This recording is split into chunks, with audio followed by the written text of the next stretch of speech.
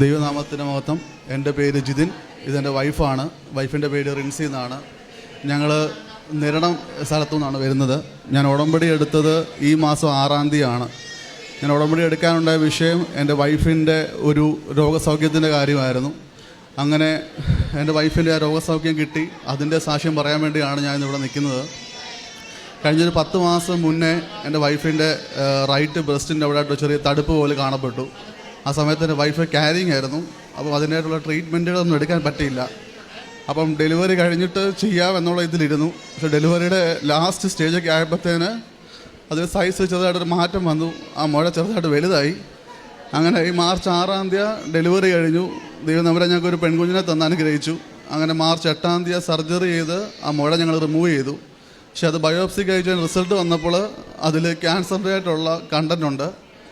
അപ്പം എത്രയും പെട്ടെന്ന് ഒരു ഓൺകോളജിസ്റ്റിനെ കാണണമെന്ന് പറഞ്ഞു. അങ്ങനെ ഞങ്ങൾ എറണാകുളത്ത് ഒരു ഹോസ്പിറ്റലിൽ പോയിട്ട് ഡോക്ടറെ കൺസൾട്ട് ചെയ്തു. അപ്പോൾ റിസൾട്ട് നോക്കിയിട്ട് ഡോക്ടർ പറഞ്ഞത് ഇതിന് ട്രീറ്റ്മെൻറ്റ് ആവശ്യമുണ്ട്, കീമോ ചെയ്യേണ്ടി വരും. എന്നിരുന്നാലും പെറ്റ് CT എന്ന് പറഞ്ഞൊരു സ്കാനുണ്ട്. ആ സ്കാൻ ചെയ്ത് എത്രത്തോളം നിൻ്റെ മകളുടെ ശരീരത്തിൽ ഇത് സ്പ്രെഡായിട്ടുണ്ടെന്ന് നോക്കിയിട്ട് വേണം ട്രീറ്റ്മെൻറ്റ് എങ്ങനെ വേണമെന്ന് സ്ഥിരീകരിക്കാനെന്ന് പറഞ്ഞു. പക്ഷേ ആ പെറ്റ് സ്കാൻ എടുക്കാൻ പോകുന്നതിന് മുന്നായിട്ട് എൻ്റെ മാതാവ് പറഞ്ഞതിൻ്റെ ബേസിൽ ഞങ്ങളിവിടെ വന്ന് ഞാൻ ഉടമ്പടി എടുത്തു. മാർച്ച് 6-ാം തീയതി, ഏപ്രിൽ 6-ാം തീയതി അങ്ങനെ ഉടമ്പടി എടുത്ത് പ്രാർത്ഥിച്ചു. എൻ്റെ ആദ്യത്തെ നിയോഗമായിട്ട് തന്നെ ഞാൻ ഇതാണ് എഴുതിയിരുന്നത്. അങ്ങനെ അന്ന് ഉടമ്പടി എടുത്ത അച്ഛൻ പറഞ്ഞായിരുന്നു, മാതാവ് സമയത്തിന് മേൽ അധികാരമുള്ള മാതാവാണ്. അപ്പോൾ ഞാൻ എൻ്റെ വിഷയം പ്രത്യേകമായി വെച്ച് പ്രാർത്ഥിച്ചു. അങ്ങനെ ഉടമ്പടി എടുത്ത് അന്ന് എനിക്ക് അച്ഛനെ കാണാൻ സാധിച്ചില്ല. അത് വൈഫിനെ കൊണ്ടുവരാൻ പറ്റിയില്ല. കാരണം സർജറി കഴിഞ്ഞ് വൈഫിൻ്റെ ബോഡിയിൽ ഒരു ഡ്രെയിൻ ഇട്ടിട്ടുണ്ടായിരുന്നു. അതുകൊണ്ട് ട്രാവൽ ചെയ്യാൻ പറ്റത്തില്ലായിരുന്നു. അങ്ങനെ ഞങ്ങൾ 2 ദിവസം കഴിഞ്ഞിട്ട് ഡ്രെയിൻ എടുത്തിട്ട് ഈ സ്കാൻ ചെയ്യുന്നതിന് മുന്നേ ഞാൻ വൈഫിനെ കൂട്ടി ഇവിടെ വന്ന് അച്ഛനെ കണ്ട് പ്രാർത്ഥിച്ചിട്ടാണ് സ്കാന് പോയത്. അപ്പോൾ ഈ സ്കാന് പോകുന്ന സമയത്തെല്ലാം എനിക്ക് ഇവിടുന്ന് കിട്ടിയ ആ കാശ് രൂപ ഞാൻ വൈഫിൻ്റെ കൈ കൊടുത്തിട്ടുണ്ടായിരുന്നു. അപ്പോൾ അത് വെച്ച് പ്രാർത്ഥിച്ചാണ് ഞങ്ങൾ വീട്ടിൽ നിന്ന് ഇറങ്ങിയതും. ആ ഉടമ്പടി തൈലം വെച്ച് ഞാനും എൻ്റെ വൈഫും സ്ഥിരം പ്രാർത്ഥിക്കുമായിരുന്നു. ഞാൻ തൈലവും ഉപ്പും എല്ലാം എൻ്റെ വൈഫിന് കൊടുക്കുമായിരുന്നു. ഞാൻ വിശ്വാസ പ്രമാണം ചൊല്ലി കൊടുക്കുമായിരുന്നു. അതൊക്കെ ഞങ്ങൾ ശരിയായ രീതിയിൽ യൂസ് ചെയ്യുമായിരുന്നു. അങ്ങനെ സ്കാൻ ഞങ്ങൾ വ്യാഴാഴ്ച ചെയ്തു. ഈ തിങ്കളാഴ്ച റിസൾട്ട് വന്നു.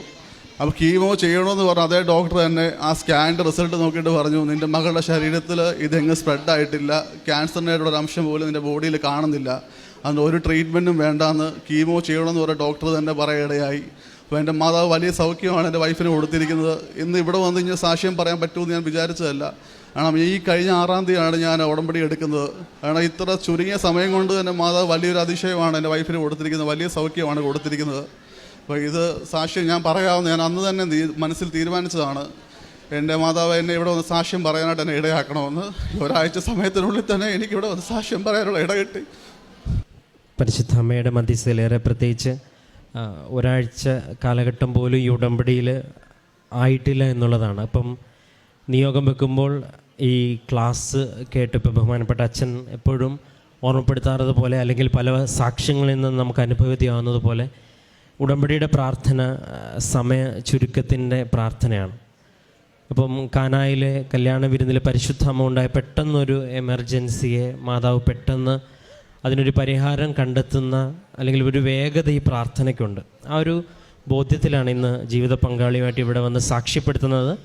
അതിന് 2 ഭാഗങ്ങൾ. ഒന്ന്, ഇവിടെ വന്ന് ഉടമ്പടി എടുത്തിട്ട് വളരെ ചുരുങ്ങിയ ദിവസങ്ങളോ അല്ലെങ്കിൽ മണിക്കൂറുകൾക്കപ്പുറം ലഭിച്ചൊരു അനുഭവമാണ്. അതിലാദ്യം പറഞ്ഞ ഡോക്ടർ തന്നെയാണ് പിന്നീട് ഇങ്ങനൊരു കാര്യത്തിൻ്റെ ആവശ്യമില്ല എന്നുള്ളത് ഒരു വലിയൊരു ദൈവിക ഇടപെടലായിട്ട് തന്നെ ഈ കുടുംബം കാണുന്നതാണ്. അതിന് ഈ അൾത്താരയിൽ വന്ന് ബഹുമാനപ്പെട്ട അച്ഛനെ കണ്ടതും പരിശുദ്ധ അമ്മയുടെ സാന്നിധ്യം വരുവാനായിട്ടൊരു കാരണമായി എന്ന് പറയുന്നുണ്ട്. അപ്പം ഈ ഉടമ്പടി എന്ന പ്രാർത്ഥനയിൽ ഒരുപാട് പേര് ഇതുപോലെ ഏറ്റവും പ്രധാനപ്പെട്ട ഈ ഒരു നിയോഗത്തിനാണ് വന്നത് എന്നാണ് പറഞ്ഞത്. അപ്പം പരിശുദ്ധ അമ്മ ഇങ്ങനൊരു ഇടപെടലിലൂടെ ഒരു കുടുംബത്തിലേക്ക് വിശ്വാസത്തിൻ്റെ ആദ്യത്തെ ഒരു അനുഭവം നൽകിയിട്ടുണ്ട്.